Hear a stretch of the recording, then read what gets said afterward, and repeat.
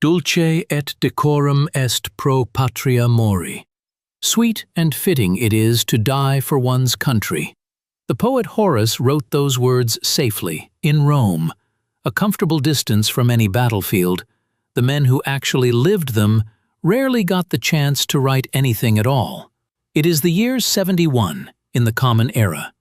Britain is cold, wet, and only partly conquered. A column of Roman soldiers moves north through hill country, boots cracking frost on the grass before dawn. Somewhere in the middle of that column walks a man named Marcus, 27 years old, 8 years into a service that will not end for almost 2 decades more.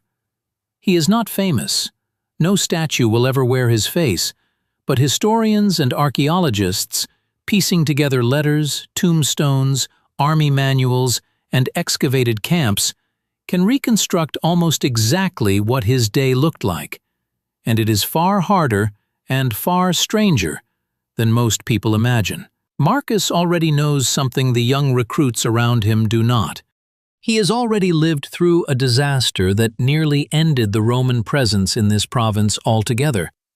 Today he is marching, again, under the same officer who once led him into that disaster. Whether he survives what comes next is not something we can promise him, or you. To understand why a grown man would sign away 25 years of his life for this, we have to start with why he joined in the first place. And that story begins nowhere near a battlefield at all. It begins on a rented plot of farmland, generations away from anything resembling glory. Marcus grew up on rented land near Verona, in northern Italy, the son of a tenant farmer who owed more grain to his landlord each harvest than he kept for his own family. There was no inheritance waiting for him, no trade guild ready to take him on, no dowry-worthy sister to marry him into something better. Rural Italy in this period was full of young men exactly like him, free-born citizens with no real property and few paths upward. Farm work, seasonal labor, or perhaps a workshop apprenticeship in a nearby town, if a workshop happened to need hands. At 19, a recruiting officer passed through with promises that sounded, to a hungry farm boy, almost unbelievable. A wage, food, boots, somewhere to sleep that was not a leaking rented cottage, and at the end of it, land of his own, free and clear, with his name on the deed instead of a landlord's. That promise was not just a recruiter's sales pitch. It was written into Roman law under the Emperor Augustus, decades earlier, as part of a sweeping reform of how the army was paid and retired. Serve out your term, and the state owed you a discharge payment, land, or its cash equivalent, depending on where you happened to be settled. Historians consider it one of the most effective recruitment tools an ancient state ever built. It is also, they note, one of the reasons the legions stayed loyal to the emperor personally, rather than to Rome as some distant abstract idea. The man who signed your discharge papers was the man you actually served. Of course, joining up meant leaving everything familiar behind, sometimes permanently. Recruits swore an oath, the sacramentum, binding them to obey their commanders under threat of severe punishment, even execution for desertion. It was not a decision made lightly. But for a farmer's son with no land of his own, the alternative, a lifetime of debt and rented soil, looked far riskier than a sword. The pay itself sounds better on paper than it was in practice. Scholars estimate a legionary's wage in this period came to somewhere around 225 denarii a year. But the state deducted the cost of food, boots, tent repairs, and burial club fees straight from that sum before a soldier ever touched it. Soldiers grumbled about this constantly. We know that. Roman writers recorded the grumbling, sometimes with open sympathy, sometimes with irritation at soldiers who complained despite steady employment. On enlistment, Marcus also received a bonus, a viaticum, journey money meant to get a recruit from his home to his legion. It was gone within weeks, spent on the road, or lost to older soldiers at dice. So this was the deal Marcus made. 25 years of obedience, discipline, and physical punishment, in exchange for a chance, not a guarantee, at land and a quiet old age. He kept a mental count, the way soldiers in every century seem to. 17 years left. If he survived them, there was a girl back near Verona who had promised to wait. Or, at least, that is what he told himself on the cold mornings, when the promise felt very far away indeed. Before any of that retirement, though, there was the march. And the march came first, every single day, whether Marcus felt ready for it or not. A trumpet call before sunrise. No breakfast yet, only a hurried strike of the leather tents and a scramble into full kit. And the kit was brutal. Historians studying the surviving equipment and the account of the Jewish historian Josephus, who watched Roman legions operate firsthand during a later campaign, put the weight a legionary carried at somewhere over 20 kilograms, not counting the road itself, or the weather, or the hills. There was the lorica, an armored shirt, either iron rings linked into mail, or fitted metal plates banded across the torso, worn over a wool tunic that chafed the shoulders raw within the first hour. There was the scutum, a curved rectangular shield built from layered wood, glued and bound with leather, heavy enough that soldiers trained to march with it slung across the back, not held in the hand, saving their arms for the fighting still to come. There was the gladius, the short, stabbing sword that made Roman infantry so lethal at close range, designed less for wild swinging and more for controlled, disciplined thrusts through a shield wall. A smaller dagger, the pugio, sat at the belt as backup. And there were the pila, iron-tipped throwing spears designed with a soft metal shank that bent on impact, so an enemy could not simply pick one up off the ground and throw it straight back. Then came the sarcina, the marching pack, slung on a forked pole across the shoulder.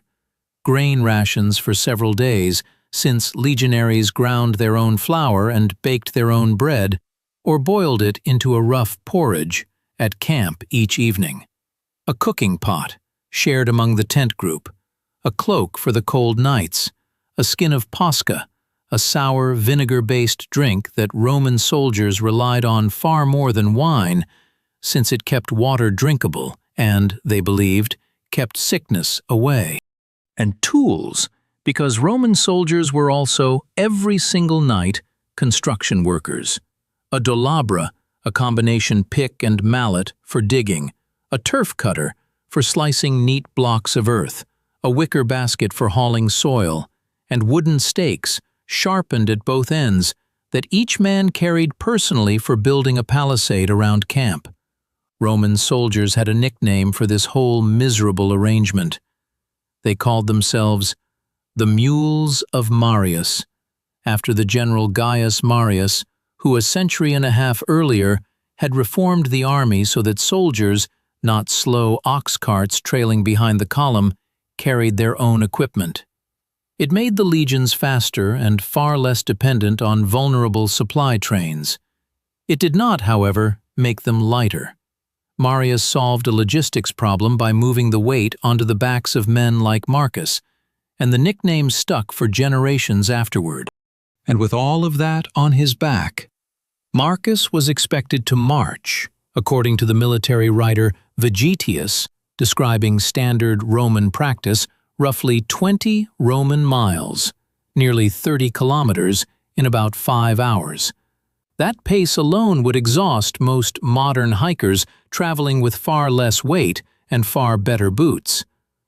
Then, at the end of that march, before anyone rested, the entire legion built a fortified camp from nothing, following a layout so standardized that a soldier transferred from Syria to Britain would recognize the streets on sight. A ditch dug around the perimeter, a rampart of the excavated earth packed and raised, a wooden palisade on top, topped with those sharpened stakes each man had carried all day. Inside, a grid of streets, the Via Principalis and Via Praetoria, arranged around a central command tent, the Praetorium, exactly as they would be arranged the following night, and the night after that, in a different field entirely. Every single evening, whether the army stayed for one night or a month, because a Roman army caught unprepared in open country was a Roman army waiting to be slaughtered. That discipline, historians argue, mattered to Rome's success at least as much as any sword or shield design. Enemies who could win a battle in the field often found a Roman camp simply too costly to attack. Only after the camp stood did Marcus eat properly, alongside the 7 other men who shared his tent. That group of 8, the contubernium, was the actual unit that mattered to a soldier day to day, far more than the legion's grand numbers ever could. They shared a leather tent, a mule to carry their heavier gear, cooking duties, and years of complaint, boredom, and terror in roughly equal measure. Marcus's tent mates came from Spain, from Gaul, from towns he had never heard of before enlisting. His own legion, the 9th, drew recruits from across an empire that stretched from Syria to the Atlantic coast. Rome's army was, in a very real sense, one of the most diverse workforces in the ancient world, thrown together from a dozen languages and told to trust each other with their lives. Often, remarkably, they genuinely did. Off-duty, when there was such a thing, soldiers gambled with dice, wrote letters home on thin wooden tablets, traded goods with local merchants who followed the camps, and complained about officers in ways every army since has probably repeated word for word.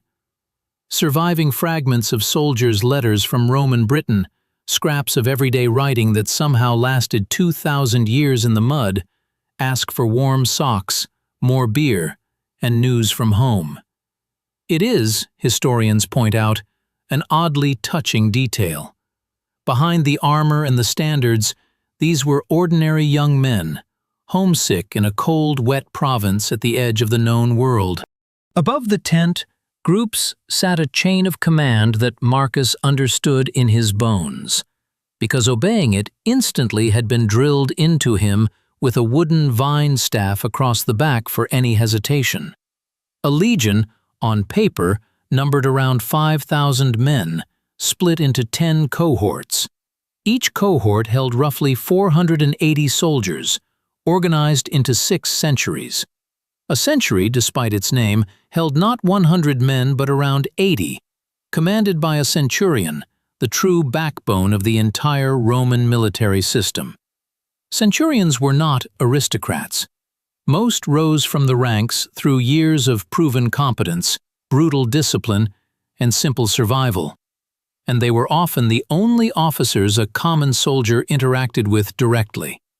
Above the centurions stood the primus pilus, the senior-most centurion in the legion, a position reached only after decades of service and merit, and one that could open the door to equestrian rank afterward.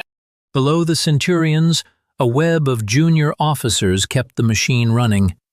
The optio, a centurion's second-in-command, the signifer, who carried the century's standard and, unofficially, managed the soldiers' savings accounts.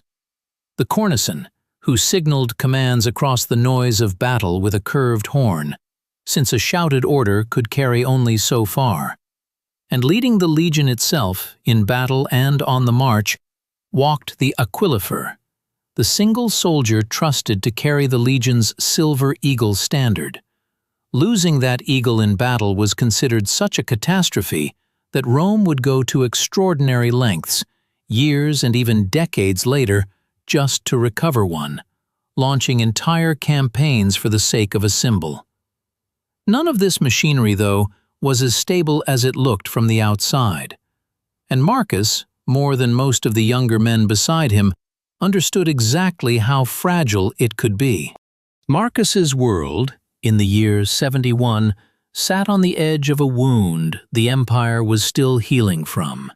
Just 2 years earlier, in 69, Rome had torn itself apart in a civil war so violent that 4 different men wore the emperor's title within 12 months, a period later Roman writers simply called the Year of the 4 Emperors. Galba seized power first, then was murdered by his own guard. Otho followed, and lost a civil war to Vitellius within months.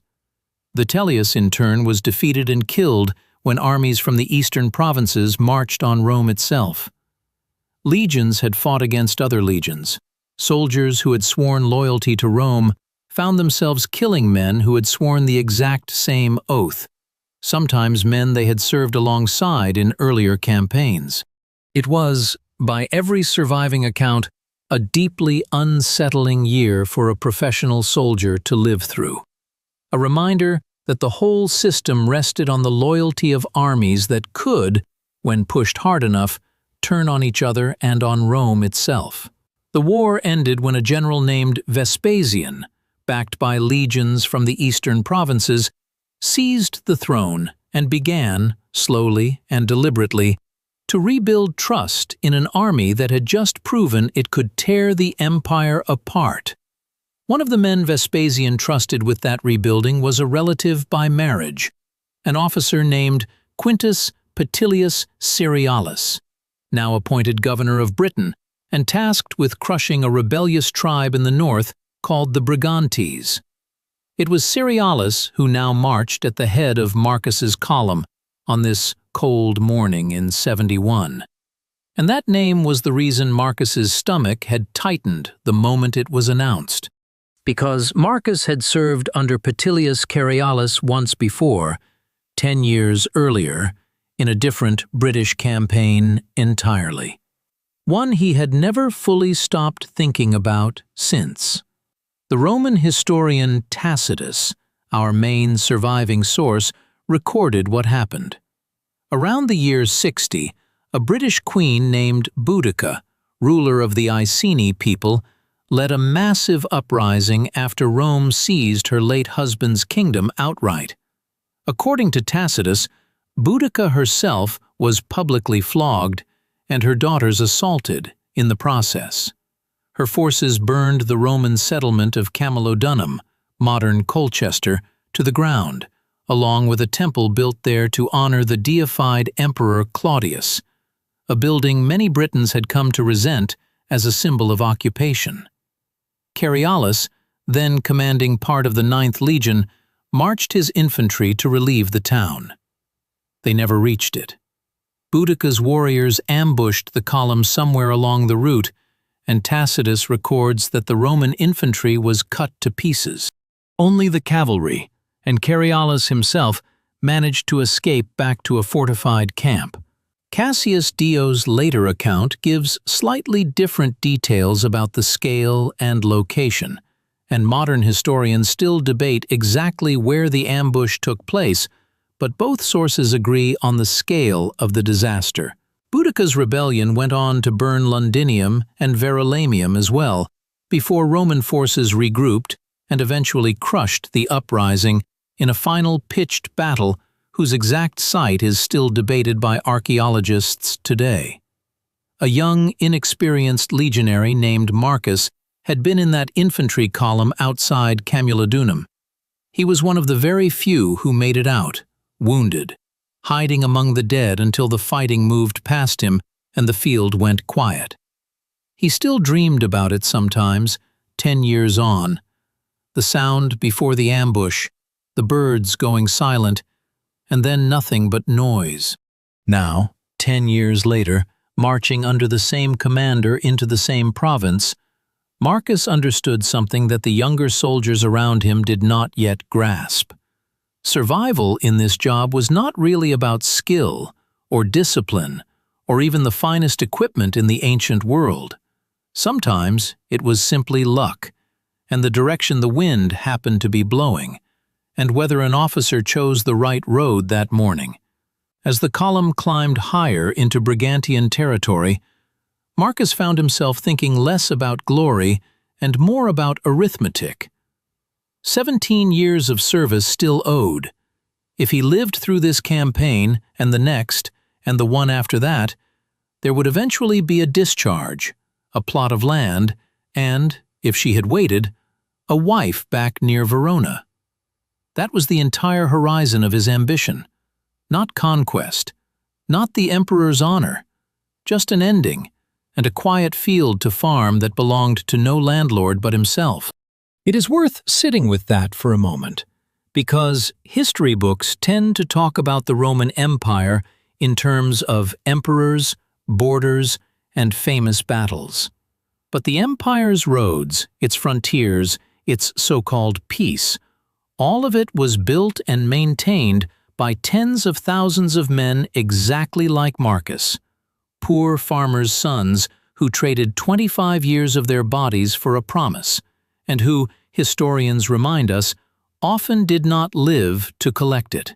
Disease, accidents, and combat carried off legionaries constantly, frequently in far greater numbers than any single dramatic battle.